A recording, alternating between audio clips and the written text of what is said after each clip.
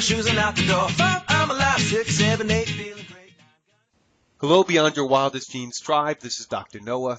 We wanted to make you aware of our carefully selected Product of the Month and Book of the Month for 2017. Keep in mind all the links and discount codes for the book and products will be listed in the show notes in iTunes and on our website at www.beyondyourwildestdreams.com at the Listen Now tab. Our book of the month is The Hidden School, Return of the Peaceful Warrior by Dan Millman. This book is the long-awaited conclusion to the international best-selling Peaceful Warrior saga.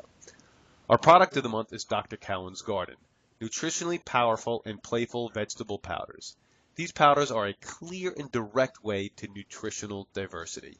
Check out my podcast with Dr. Cowan this month for all the details. Get 20% off your first order using the code BYWG. Hey everybody, welcome back to the Beyond Your Wildest Dreams podcast. I am your co-host today, Dr. Mike Akinfora, and I have the pleasure of interviewing Dr. Julie Rosenberg. Julie, how are you? Hi, Mike. I'm doing well and hope you are too. I certainly am. It's actually my first interview in quite a while. I've been working on a couple projects, and I'm so excited to get back on the phone and talk, and I'm thrilled to have Dr. Rosenberg on the show today. I'm going to read you her bio and then talk about the book that she's written, Beyond the Mat, Achieve Focus, Presence, and an Enlightened Leadership Through the Principles and Practice of Yoga. I'm really jazzed to get into this. Dr. Julie Rosenberg, MD, is a physician executive who has worked in a variety of leadership roles in the pharmaceutical industry. She has actively practiced yoga for more than 15 years and has completed both 200-hour and 500-hour teacher trainings. Dr. Rosenberg teaches yoga primarily beyond the mat, helping individuals and groups to apply the principles and practice of yoga to their daily lives and to support their overall health and well-being, to achieve success, and to become more effective leaders. She lives in Connecticut and Florida. To find out more on the web at www.julie, Julie, Rosenberg, Rosenberg, MD.com. Well, Dr. Rosenberg, welcome to the show. Thanks so much, Mike. I appreciate being here and joining you this morning. Wonderful. So the first question that we ask everyone is, tell us your journey. Tell us how you got here, how an executive physician decides to write a book. So give us a little background on that. So happy to do that, Mike. So I started my career in pediatric oncology.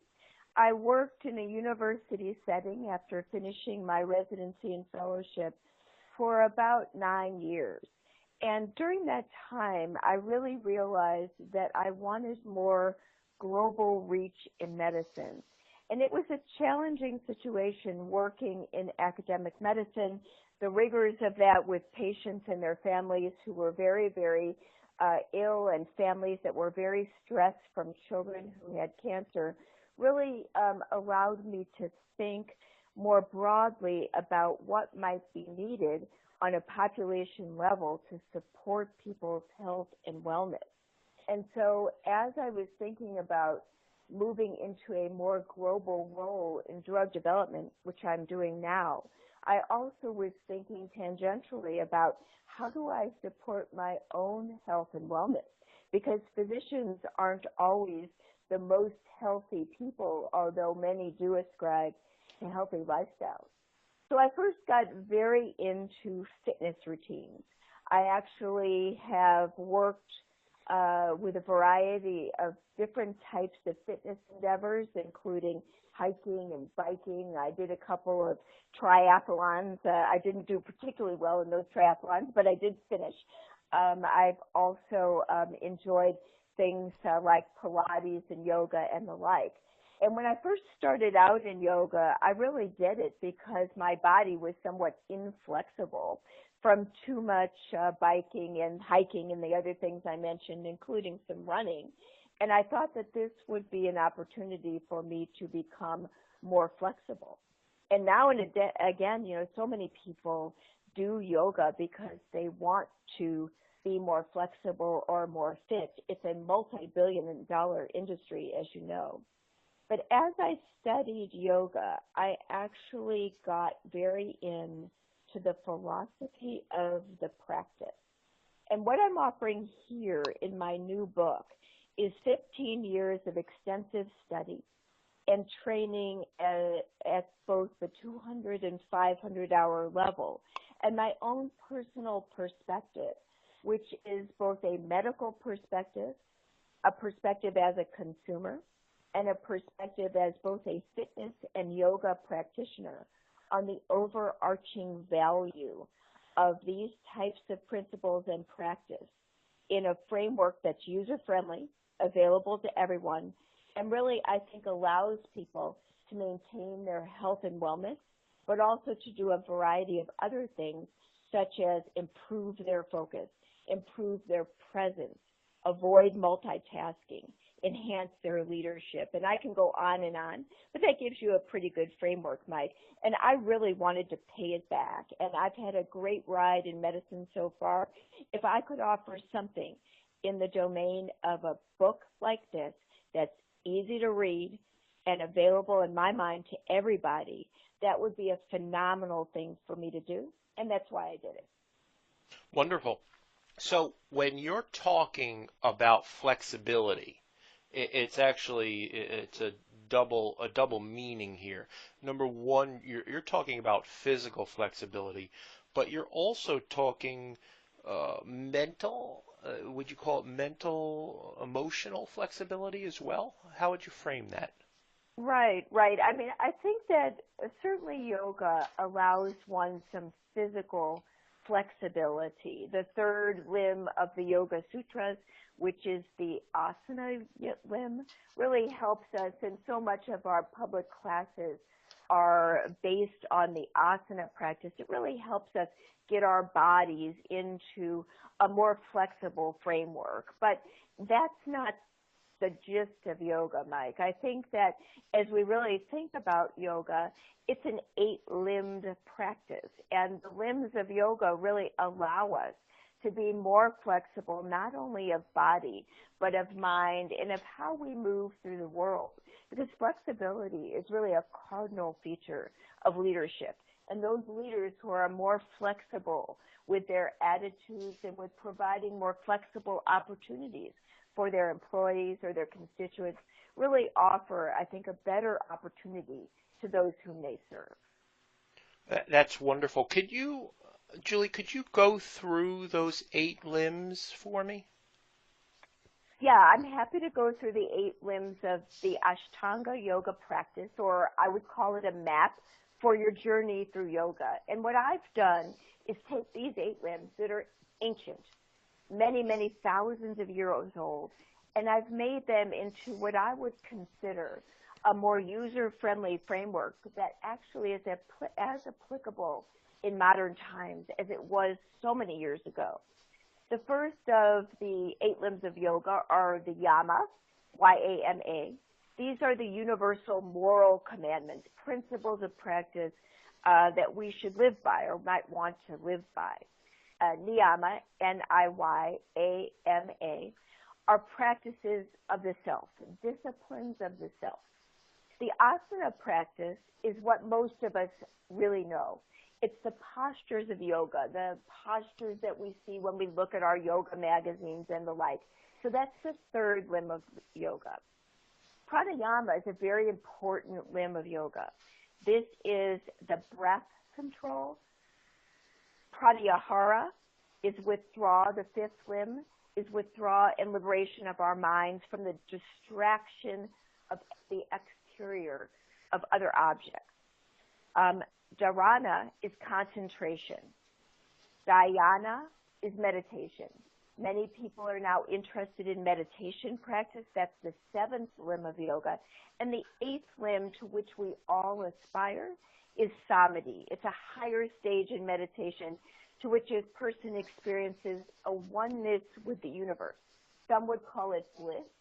And I think actually even in modern times, we can get there.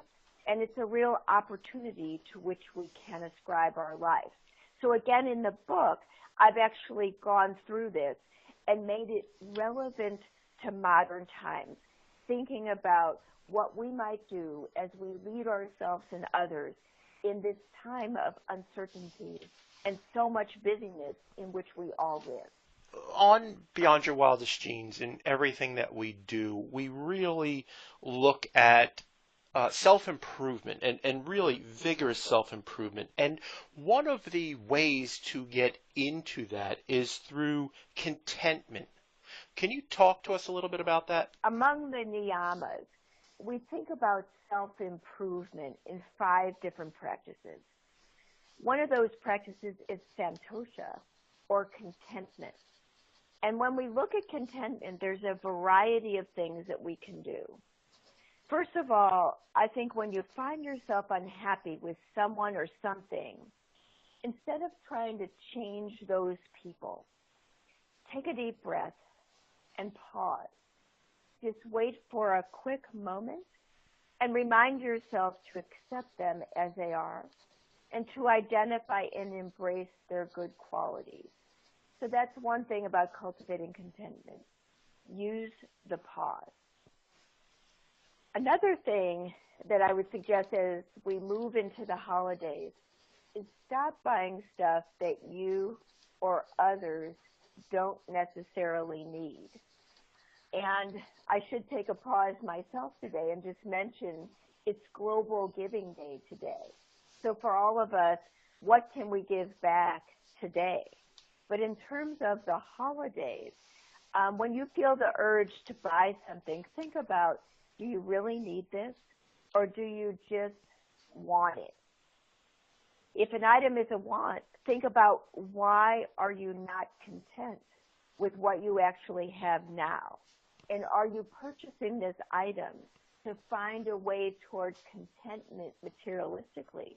Or is there something else you might rather do for yourself that allows you to be more content, or possibly for others? Another way to find contentment for yourself is actually to show people that you appreciate them. Be present with them.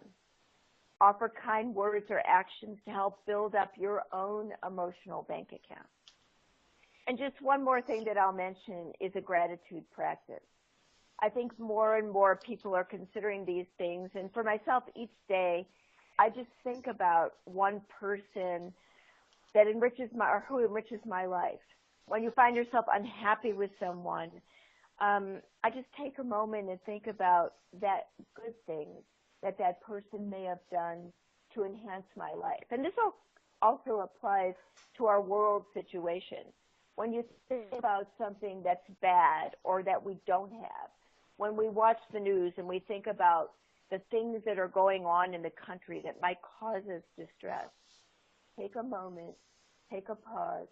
What are the good things that you have that offer you cause for pause and to take a moment of gratitude? I like how you phrase that. Cause, you said cause for pause. I like that. That's brilliant. And I would say just along those lines, Mike, that in our busy world, we often don't take a moment to pause. And sometimes when we do pause, when something upsets us, there's something we might react to. When we take that pause, we could have a total shift in our behavior that offers us a different opportunity to interact in a different way. So I always think about the pause, especially when I'm upset. I agree with you 100% on that. And what you said was take a deep breath and pause before we react to this event that has upset us. I love everything that you said and try to practice that on a daily basis. So let's talk about the world and how busy it is, and talk to me a little bit about preventing burnout. So we all live, obviously, in too much busyness. Nowadays, for those who work, so many jobs are actually global, and we're expected, or we think we're expected, and that's important as well, Mike, thinking what we're supposed to do versus what we're really supposed to do. We think we're expected to be available 24/7, and we allow ourselves so many times to be available 24/7. So one of the ways we can lay the foundation for our own personal success and professional success is to do things whenever we're stressed to keep ourselves mentally and physically healthy so we actually avoid being burnt out. And one of those things, again, is the pause or slow down and take a break. I will tell you that I myself am more productive if I take a few minutes out of my day every few hours and just take a break. Step outside, breathe some fresh air, have a cup of coffee. You know, it's really good to pause and take a break. The other thing is set aside regular time for yourself each day to relax, to unwind. In my schedule, I really enjoy my own yoga practice for the most part right now. But I also have a fairly robust fitness practice, and every morning when I get up, and this isn't for everyone, but I use it as an example, I like to either take a nice walk outside, even in brisk weather, or I head to the gym. Sometimes I work with a personal trainer just to keep me on schedule, but I usually feel great by the time I start my day. And I always eat breakfast, so that's time for myself before I start my day at 8:30 or 9. Some people may start their day earlier than that, or they may need to get their kids on the bus to the school. And whatever it is, find a window of time to do something that you enjoy. Yeah, that is, Julie, that is a practice that I use daily and have really embraced that in this digital age, the time to be disconnected from that and more, like you said, just get outside. I walk our dog every night, and it's a good hour walk, and I find that for me, and what works better for me doesn't work better for everybody. Just like you said, I do better getting that hour walk in at night. And I sleep so well, and I'm able to track that as well with our digital age. But I love that concept and try to, as I'm still in active practice, try to convey that to my community as well. So I love that you brought that up. Yeah, So and along those lines that you were mentioning, Mike, of tracking your walk, I think technology is phenomenal. We have come to a place where we can do almost everything online, and we can, in actuality, if we let ourselves, live our lives online. So that's my next point. I think for everyone, it is imperative to set aside an hour each day to switch off from technology. And you can work up to that wherever I go. And my primary office is in New York City, although I live in Connecticut. I work in Connecticut and in New York. And I do a fair amount of traveling. And I make it a point to observe people. And what I see, and it doesn't make any difference where I am in the world, I see people on their phones, plugged in, often talking on their phone as they walk down the street, often talking on their phone as they're at a meal, often with other people, or looking at media in one way or another. We cannot take a break. And I look at people as I go out and about, and everyone, even the youngest children, they're on their phones. So I would challenge folks, and this has really helped my own life, put the phone away. Spend a few moments to be more present with yourself, and especially at meals. There's so many great restaurants, and even at home. Why bother making wonderful food or going out to eat wonderful food if you're going to be totally distracted during that time of your meal and not even enjoy it? So the technology story is a good one, but it also presents another set of challenges. I agree. I heard a great story about phones and going out to dinner, where when you go out to dinner with a group of people, everybody puts their phones in the middle of the table. The first one to look at their phone pays the bill. I Great love that. idea. I love that. Great idea. We need to be present in each other's lives. And a lot of times the phone is a filler or at best, and at worst, it completely leads to dissociation. And that's the frightening thing that I'm seeing with our younger kids. Hmm. It really keeps us away, I think, from being present, Mike. And one thing that I talk about in my book a bit is actually the value of silence. So many of us don't like silence because we fear the feelings of emptiness or insignificance and sometimes even a loss of relevance if we're silent. We want to always be doing something. So there are times when I'm traveling, and I travel sometimes alone, that I actually do eat a meal with some sense of gratitude for the food that I'm being offered, but also in silence. Or I just take a moment to sit in silence, to minimize the distractions around me and to focus my attention. And I have to say, as many people ask me how I could write this book, because I have a very busy career presently, I have a family, I have friends, I'm traveling quite a bit, and I would say it's my own practice of avoiding distractions, focusing my attention, and allowing for conscious awareness that really allowed me to keep focused and to be able to think and to write. And also, I always thought about the bottom line, again, paying it forward for me by offering this book on a large scale level to so many folks who I think would benefit from it is a real privilege and honor. So I always thought about the end game as well. What was I doing by writing this book? But silence is underrated, and I think it's very useful. Wonderful. Let's dial back a second to what you were just saying about paying it forward. So you've got you've practiced, you've had a successful career as an executive physician. Is that what really got you to sit down and write this book? Yes and no, Mike. I think that right now I'm working in international drug development. Hmm. I have worked in both oncology drug development and in biosimilar drug development, and I really am focused on patient access.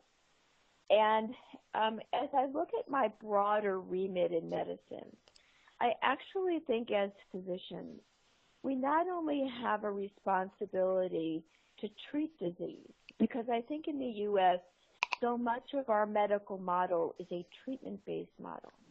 I feel like I and we, as a community of physicians, have a responsibility to prevent disease. And so many of our preventive practices we can do ourselves. And I am presenting many of these that have really helped me in my life to create both personal health and wellness as well as professional success. I'm presenting these as an offering, as you said, to pay it forward so that I can really help people be well. And ideally, if I could put myself out of business as a treating physician, I would love to do that. And of course, we're always going to have a society that has some disease. But if we can help ourselves to really embrace our health, then by all means, that impact of disease, I would hope in my lifetime and yours, would be less.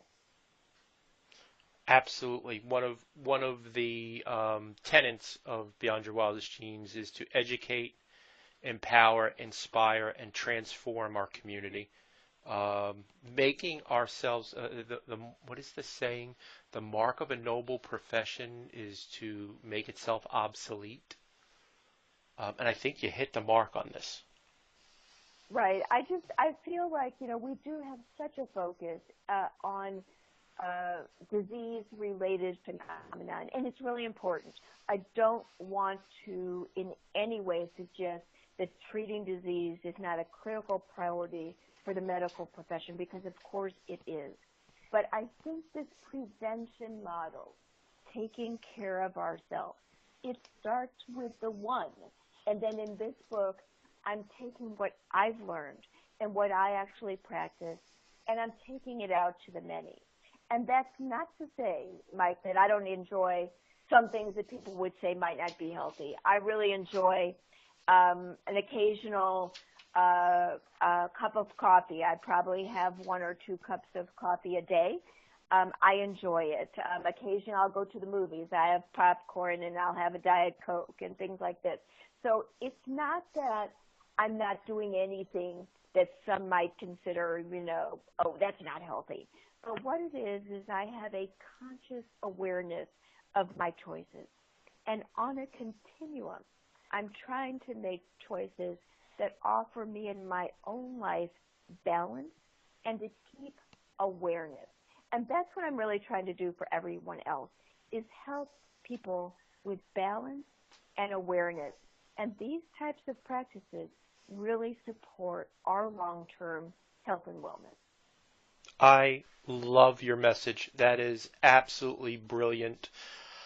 Tell folks where they can get your book, Beyond the Mat, Achieve Focus, Presence, and Enlightened Leadership Through the Principles of Practice in Yoga. So the book launches officially on December 5th, and it's available for pre-sale and sale everywhere after December 5th. You can also read more about the book on my website, www.julierosenbergmd.com, and I'd encourage folks to sign up for my newsletter and to read my blog, which talks about in some more detail many of the things we've discussed today, such as burnout, self-care, managing uncertainty, and other things that I think are so relevant for people as we move through modern times. I love it. Julie, thanks so much for being on the show and sharing with our community. I greatly appreciate you taking the time out of your day. It was a pleasure talking to you. Folks, again, the name of the book is Beyond the Mat, Achieve Focus, Presence, and Enlightened Leadership Through Principles and Practice of Yoga. It'll be available December 5th. You can go to Amazon. There'll be links in the show notes. And I really appreciate you folks. If you'd be so kind and you loved what you heard today, please go on iTunes and leave us a rating. It helps us to help others find us. So I want to thank you again, Julie. Have a great day. We'll talk to you soon, guys. Ciao.